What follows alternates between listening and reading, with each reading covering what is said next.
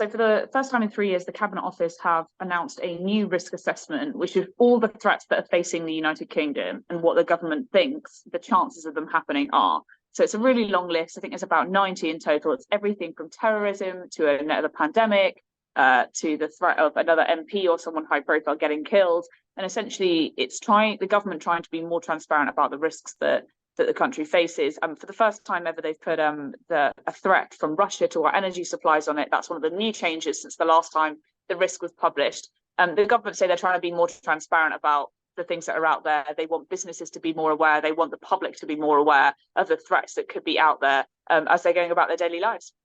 So a threat from another pandemic is one of the government's top risks that they think could happen again to the United Kingdom. Obviously, we all know what happened before with COVID. The government think there's a high risk of another pandemic happening, and they do think that there's a risk that could be catastrophic for the UK. Some of these situations are like worst case scenario situations. So they think that 840,000 people could die in a worst case scenario pandemic hitting the UK.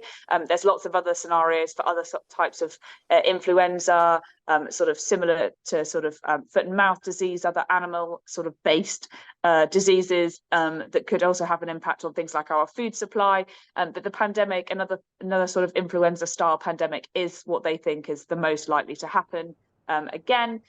Essentially, they say that it will have a similar effect to the last pandemic. In essence, we'll probably have to have more lockdown measures. It doesn't specifically say that, but it does say that other things like economic measures and other sort of protection measures will probably be needed for months. It says that the impact could last for years and will have an impact for tens of billions of pounds on our economy. Obviously, this is significant as the COVID inquiry is going on at the moment, and everybody's looking back at those lessons from the pandemic and saying, is there anything that we can learn from this? And what really should we be doing to get ready for another pandemic if indeed, as the government predicts, it's likely that it could happen?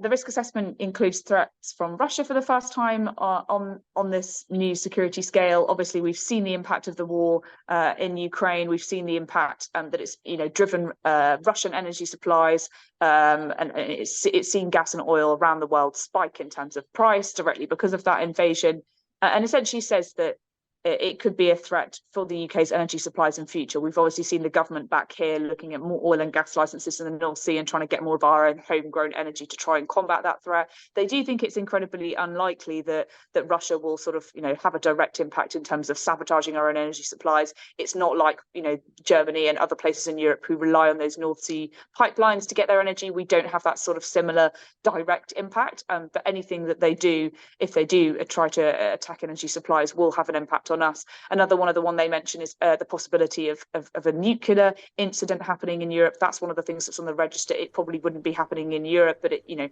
think what they're referring to there is obviously lots of Ukraine nuclear facilities out there which are at risk from the war in Russia and could have a knock-on impact on us in Britain.